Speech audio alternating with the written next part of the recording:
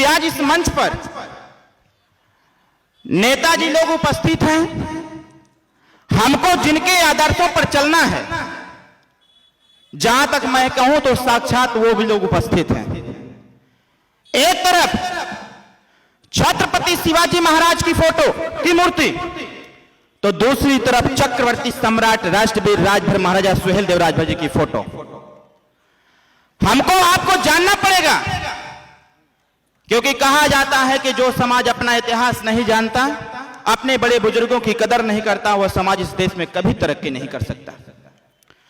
आज साथियों, आपको जानना पड़ेगा कि यह चक्रवर्ती सम्राट राष्ट्रवीर राजभर महाराजा सुहेलदेव, जिनका एक गौरवमय इतिहास रहा, जिनके नाम पर, जिनके वीरता से पूरा देश नहीं पूरा विश्व इनकी शौर्य गाथा की विवेचना किया करता था, आज आखिर राजा सुहेलदेव राजभर गुमनाम कैसे हो गए? आज ये राजभर समाज, जिनको कहा जाता है इतिहास में कि राजभर समाज नागवंशी क्षत्रिय राजभर है, और जब तक इस धरती पर नागवंशी क्षत्रियों का साम्राज्य रहेगा, तब तक भारत देश को कोई गुलाम नहीं बना सकता, इतिहास कहा जाता है। 1051वां सुहेलदेव जयंती मैं उत्तर प्रदेश में 150 से ज्यादा कार्यक्रम किया हूं, और मैं बधाई देना चाहता हूं, धन्यवाद देना चाहता हूं माननीय नेताजी को, कि माननीय नेताजी का प्रयास, एक ऐसा प्रयास कि सुहेलदेव भारतीय समाज पार्टी का निर्माण 2002 में हुआ, और पहली बार देखने को प्राप्त हुआ कि जिस राजा सुहेलदेव राजभर को लोग जानते नहीं थे, आज साथियों पूरा देश राजा सुहेलदेव राजभर की जयंती मनाने के लिए परेशान हो रही है। यह आपका इतिहास है। आपको जानना पड़ेगा ये राजा सुहेलदेव राजभर कौन थे। आप महाराष्ट्र में हैं, हमारे सूरत से कुछ लोग आए हुए हैं। जब कभी आज के 14 साल पहले जब आप इसी महाराष्ट्र में आते थे, या गुजरात में जाते थे, कोलकाता जाते थे, या उत्तर प्रदेश बिहार से चल करके दूसरे प्रदेश में जाते थे, जब कंपनियों में आपका नाम पूछा जाता था कि आपका क्या नाम है, जब आप बताते थे कि हमारा नाम फलनवा राजभर है, तो लोग पूछते थे कि राजभर कौन होता है। बताइए सही है कि गड़बड़ है? लोग पूछते थे कि राजभर कौन होता है। अरे राजभर वही होता है जो इस देश में 160 साल तक शासन करने का कार्य किया है, उत्तर से लेकर दक्षिण तक, पूर्व से लेकर पश्चिम तक, पूरे साम्राज्य में, पूरे देश में नागवंशी क्षत्रिय राजभरों का शासन था। लेकिन साथियों, आज इस बात को समझने की आवश्यकता है। एक नेता पीला झंडा बना करके, एक जय सुहेलदेव का उद्घोष दे करके, सुहेलदेव भारतीय समाज पार्टी का निर्माण करके आज साथियों आपको उस पटल पर लाके खड़ा कर दिया है कि जब भी देश में इतिहास की चर्चा होगी, जब भी देश में राजनीतिक इतिहास की चर्चा होगी, यह बताया जाएगा, दर्शाया जाएगा, आने वाली पीढ़ियों को बताया जाएगा, जब इस देश में, इस प्रदेश में भेदभाव चल रहा था, तो उस दौरान सदन में खड़ा होकर एक नेता बोलने का कार्य कर रहा था, जिनका नाम ओम प्रकाश राजभर। साथियों, इतिहास आपको जानना पड़ेगा। मैंने बनारस में एक 38 मिनट का मैंने स्पीच दिया हुआ था, और वो स्पीच मैं राजा सुहेलदेव राजभर के मूर्ति के सामने में खड़ा होकर भाषण देने का कार्य किया था। मैं बताना चाहता हूं आपको कि आखिर आपका इतिहास कैसे खत्म हो गया, जिसका शासन पूरा देश में था, जिसके शौर्य गाथा पूरे देश में थी। आज उस समाज के लोग 10x12 के आवास के लिए तरस जा रहे हैं, 3x4 शौचालय के लिए तरस जा रहे हैं साथियों, जिसका शासन पूरे देश में रहा करता था। आखिर ऐसी दुर्दशा कैसे हो गई? आज मैं धन्यवाद देता हूं इस धरती को, जिस धरती पर खड़ा होकर के हम राजा सुहेलदेव राजभर के जन्मोत्सव को मनाने का प्रयास कर रहे हैं, जिस धरती पर खड़ा होकर के एक नया इतिहास को बताने का प्रयास कर रहे हैं। मैं इस धरती को नमन करता हूं, और इस धरती पर रहने वाले लोगों को नमन करता हूं कि आप जैसे लोगों ने ये संकल्पित भाव से सिद्ध करने का प्रयास किया है, ये देश में अगर हमने है तो हमनों को हिस्सा मिले थे। हिस्सा किस बात की है? पहले ऐतिहासिक हिस्सा। अगर इस देश में 585 राजा थे और 585 राजा में अगर 165 राजा राजभर समाज के थे तो उनका संपत्ति कहां चला गया? इस देश में अगर 165 राजा नागवंशी क्षत्रिय राजभर थे तो इनका पतन कैसे हो गया? मैं थोड़ा सा समय लेकर के इसको आपके बारे में बताना चाहूंगा। साथियों, ये देश, इस देश को, भारत को सोने की चिड़िया कही जाती थी। आखिर क्यों? यहां सोना नहीं मिलता था, जैसा फर्जी खबर चल दिया सोनभद्र से कि पता नहीं कितना सोना मिल गया। पूरी सरकार, उत्तर प्रदेश में देश की सरकार बाजा बजाने लगी कि मार सोना सोनभद्र में मिल गया। जब जांच पड़ताल किया गया तो पता चला कि वहां कुछ नहीं है। उसी प्रकार से साथियों, वर्तमान सरकार सिर्फ और सिर्फ सपना दिखा रही है, रात को सपना दिखा रही है, सुबह खत्म हो जा रहा है। मैं आपको बताना चाहता हूं, जैसे कहा जाता है, तमाम महापुरुषों ने कह रखा है, जिस समाज का इतिहास नहीं उस समाज का विकास नहीं। जिस समाज के पास इतिहास नहीं उस समाज का विकास नहीं। तो आपको इतिहास जानने की आवश्यकता है। और इसी परिप्रेक्ष्य में मैं आपको बताना चाहता हूं साथियों, जब इस देश में राजतंत्र था, जब इस देश में राजतंत्र था तो इस देश में 165 राजा नागवंशी क्षत्रिय हुआ करते थे। अरे 165 राजा नागवंशी क्षत्रिय इस देश को स्थापित करने का प्रयास किए। इस देश में समता, स्वतंत्रता, बंधुत्व, न्याय को स्थापित किए। इस देश को सोने की चिड़िया बनाए।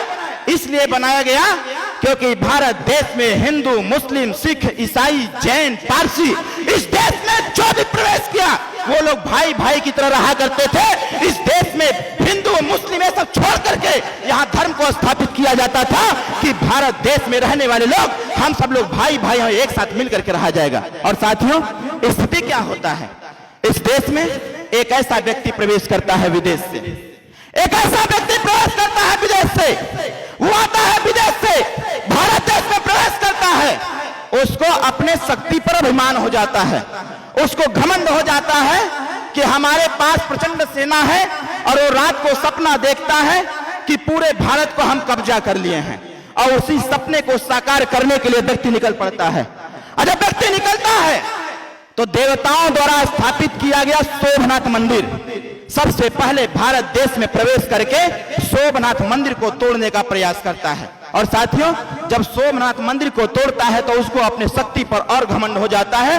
वो कह लेता है कि हमने जो सपना देखा है भारत देश को गुलाम बनाने का, भारत देश में अपना राज स्थापित करने का, अब इसको पूरा करने का वक्त आ गया है। साथियों, वो बड़ी सेना लेकर के निकलता है और पूरे पश्चिम से तमाम राजाओं को परास्त करते हुए बनारस पहुंचता है और बनारस को भी परास्त करते पहुंचता है बहराइच। मैं बहराइच बताना चाहता हूं, इस फील्ड में तमाम हमारे युवा साथी हैं। यहां अगर उम्र की बात कर लिया जाए तो 18 साल से लेकर के 45 साल तक के लोग इस मैदान में हैं। बहराइच की सीमा पर जब व्यक्ति विदेशी आक्रांता पहुंचता है और पहुंचने के बाद चैलेंज देता है राजा सुहेलदेव राजभर जी को, वो कहता है, उसको पता चल जाता है विदेशी आक्रांता को कि बहराइच का जो राजा है उसकी उम्र 18 साल है, इसको तो हम हड़का करके अपने कब्जे में कर लेंगे। और साथियों, अपने संदेशवाहक के माध्यम से संदेश भेजता है कि ऐ राजा सुहेलदेव राजभर, तुम मेरे प्रस्ताव को स्वीकार कर लो। मैंने देश के तमाम राजाओं को परास्त कर दिया है, मैंने देवताओं द्वारा स्थापित सोमनाथ मंदिर को कब्जा कर लिया है, तमाम मंदिरों मस्जिदों को तोड़ते हुए आज मैं तुम्हारे सीमा को भी लांघने का प्रयास कर रहा हूं। लेकिन मैं नहीं चाहता हूं कि मैं किसी नौजवान से युद्ध करूं, किसी दूध में है बच्चे से युद्ध करूं। और इस प्रस्ताव को राजा सुहेलदेव के समक्ष उनका प्रस्तावक लेकर के जाता है और संदेशवाहक लेकर के जाता है। राजा सुहेलदेव राजभर जी को पता चल जाता है। राजा सुहेलदेव राजभर जब देखते हैं कि पूरे इधर पश्चिम के तमाम राजाओं को परास्त करके वो व्यक्ति हमारे यहां प्रवेश किया है, राजा सुहेलदेव राजभर जी ने अपने संदेशवाहक के माध्यम से देश के तमाम राजाओं को संदेश भेजते हैं। जो लोग छोटे छोटे राज्य के लोग हुआ करते थे उनको संदेश भेजवाते हैं कि हमारी भारत माता खतरे में है, हमारा देश का नौजवान खतरे में है, हमारा देश का भविष्य खतरे में है। और एक विदेशी आक्रांता आकर के देश को गुलाम बनाने का संकल्प लिया हुआ है। इसके संकल्प को चूर चूर करने की आवश्यकता है। राजा सुहेलदेव राजभर का प्रस्ताव जाता है साथियों, और राजा सुहेलदेव राजभर के प्रस्ताव को तमाम राजा ठुकरा देते हैं, कहते हैं कि जो व्यक्ति आधे से अधिक राज्य को कब्जा कर लिया हो उससे हम लड़ नहीं सकते। और उसी दौरान साथियों घटना घटित होता है। मैं इसको लाऊंगा कि ये भागीदारी संकल्प मोर्चा किस उद्देश्य के लिए बनाया गया है, इसको भी मैं लाऊंगा। उसी दौरान एक घटना घटित होता है साथियों, राजा सुहेलदेव राजभर अपने संदेशवाहक के माध्यम से पुनः संदेश भेजते हैं अपने उन राजाओं को जो नागवंशी क्षत्रिय राजभर कहे जाते थे, जो बिंद समाज के कहे जाते थे, जो पाल समाज के राजा थे, जो प्रजापति समाज के राजा थे। ऐसे लोगों को संदेश भेजते हैं और 22 राजा उनके साथ खड़े होते हैं। 22 राजा आते हैं उनके महल में, उनसे कहते हैं कि ये बहुत चुनौतीपूर्ण घटना है, इससे हमको लड़ना होगा। राजा सुहेलदेव राजभर जी ने कहा कि आपके जो छोटे छोटे सेना हैं उन लोगों को लेकर के आओ, मैं इस युद्ध का नेतृत्व मैं करूंगा। और ऐसे जो विदेशी आक्रांता है, जिसको घमंड हो गया अपनी शक्ति पर, जिसको घमंड हो गया अपनी सेना पर, इसको औकात में लाना पड़ेगा। साथियों राजा सुहेलदेव राजभर जी चले जाते हैं नानपारा के मैदान में और नानपारा के मैदान से ललकारते हैं, अरे गद्दार, तुम मेरे भारत माँ के ऊपर तूने तलवार चलाने का प्रयास किया, तूने हमारी बहन बेटियों की इज्जत के साथ खेलने का प्रयास किया, तूने देश की संस्कृति सभ्यता पर उठाघात करने का प्रयास किया। अब तुम्हारा वो अंजाम करूंगा कि आने वाली नस्लें भी याद रखेंगी, आने वाला इतिहास भी गवाही देगा कि जब तक वीरता के इतिहास में राजा सुहेलदेव राजभर का नाम दर्ज नहीं होगा तब तक इतिहास को पूर्ण इतिहास नहीं कहा जा सकता। साथियों ये संकल्प लेकर के राजा सुहेलदेव राजभर चल देते हैं। राजा सुहेलदेव राजभर इस संकल्प को लेकर नानपारा के मैदान में उतरते हैं और गद्दार को ललकारते हैं कि आज तुम्हारे पास जितनी सेना हो, आज तुम्हारी सेना की भी औकात नाप के रख दूंगा। 12,500 सेना लेकर के राजा सुहेलदेव राजभर और 1.5 लाख गद्दारों को गाजर और मूली की तरह काट करके देश में इतिहास लिखने का कार्य किया कि जब तक इस धरती पर राजा सुहेलदेव राजभर के वंशज रहेंगे, जब तक इस धरती पर नागवंशी क्षत्रिय समाज के लोग रहेंगे, तब तक भारत देश को कोई गुलाम नहीं बना सकता है। साथियों इतना बड़ा इतिहास आपका रहा, लेकिन साथियों मुझे शर्म आती है, मुझे शर्म आती है इस बात पर और मुझे ताज्जुब होता है इस बात पर, ये गद्दार इतिहासकार जो आज के इतिहासकार बने हैं कल के चाटुकार बेईमान थे, इन चाटुकारों ने आज के इतिहास को लिखने का कार्य नहीं किया, राजा सुहेलदेव की वीरता को लिखने का काम नहीं किया। साथियों इसीलिए हमारी आपकी दुर्दशा का कारण कोई है तो देश के इतिहासकार रहे हैं। साथियों मैं आपको बताना चाहता हूं 1077 में राजा सुहेलदेव राजभर जी की मृत्यु होती है। ये बेईमान कुछ गद्दार इतिहासकार लिख रहे हैं कि राजा सुहेलदेव राजभर परास्त हो गए थे। मैं आपको बताना चाहता हूं राम और रावण का युद्ध 7 दिन तक हुआ था। कितना दिन तक हुआ था? 7 दिन तक। कौरव और पांडवों का महाभारत का युद्ध 18.5 दिन तक हुआ था। और यहां उत्तर प्रदेश के नानपारा के मैदान में चक्रवर्ती सम्राट राष्ट्रवीर राजभर महाराजा सुहेलदेव राजभर के साथ विदेशी आक्रांता के साथ जो घनघोर महायुद्ध हुआ था वो 22.5 दिन तक हुआ था। 7 दिन का इतिहास, 18.5 दिन का इतिहास लिख दिया जाता है, लेकिन 22.5 दिन का इतिहास जो देश की रक्षा के लिए, हिंदुत्व को स्थापित करने के लिए और धर्म को स्थापित करने के लिए लड़ा गया, उसका साथियों इतिहासकारों ने कोई इतिहास नहीं लिखा। सबसे बड़ी कष्ट की बात यही है। मैं आपको बताना चाहता हूं इस देश में शब्द भेदी बाण कौन चलाता था? इस देश में मात्र 3 लोग थे। इस देश में मात्र 3 लोग थे जो शब्द भेदी बाण चलाने का ज्ञान जानते थे। पहला नाम कोई था तो अयोध्या के राजा दशरथ थे, और दूसरा नाम था तो पृथ्वीराज चौहान का था, और तीसरा नाम इस सृष्टि पर रहा है तो उसका नाम चक्रवर्ती सम्राट राष्ट्रवीर राजभर महाराजा सुहेलदेव राजभर था। साथियों ये गद्दारों ने इतिहास नहीं लिखा है आपका। एक चीज मैं और बताना चाहता हूं आपको, आज आपको जानना पड़ेगा, संकल्प लेना पड़ेगा ऐसे गद्दारों से जो आज भी विभीषण की भूमिका अदा कर रहे हैं। ऐसे गद्दारों से सचेत होना पड़ेगा जो आज भी भस्मासुर का काम करने का प्रयास कर रहे हैं। मैं आपको बताना चाहता हूं साथियों, जब राजा सुहेलदेव राजभर की मृत्यु होती है, आज हमारी आपकी दुर्दशा किसी विदेशी आक्रांता से नहीं हुई है, किसी विदेश के अत्याचार से नहीं हुआ है। आज हमारी आपकी जो दुर्दशा है, जो हमारा राजपाट छीन लिया गया, वो कोई विदेशी व्यक्ति नहीं था साथियों। तो यही के रहने वाले जो अपने आप को सबसे बड़ा धर्म का ठेकेदार समझते हैं, उन्हीं लोगों की वजह से साथियों आपका इतिहास भी खत्म हो गया, उन्हीं लोगों की वजह से आपका साम्राज्य भी खत्म हो गया। नहीं तो मैं इसको सिद्ध करना चाहता हूं। लेटना ना, लेटने के होता ना। मैं आपको बताना चाहता हूं बस 10 मिनट में और आपका लूंगा।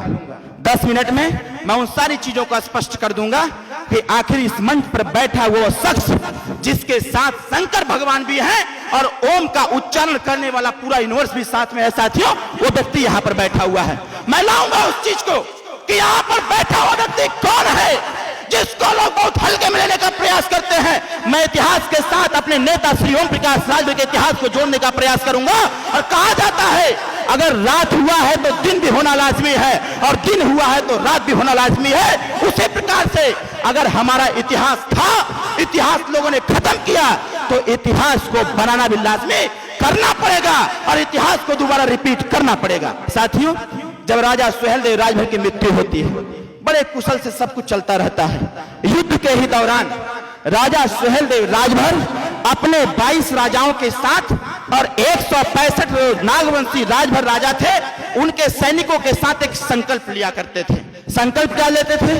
संकल्प वो ये लेते थे कि हमारी तलवार कभी भी अपने भाई के ऊपर नहीं उठेगा, हमारी तलवार कभी भी अपने भाई के ऊपर नहीं उठेगा, हमारी तलवार कभी भी इस देश जो भारत देश है इस पे किसी व्यक्ति के ऊपर नहीं उठेगा।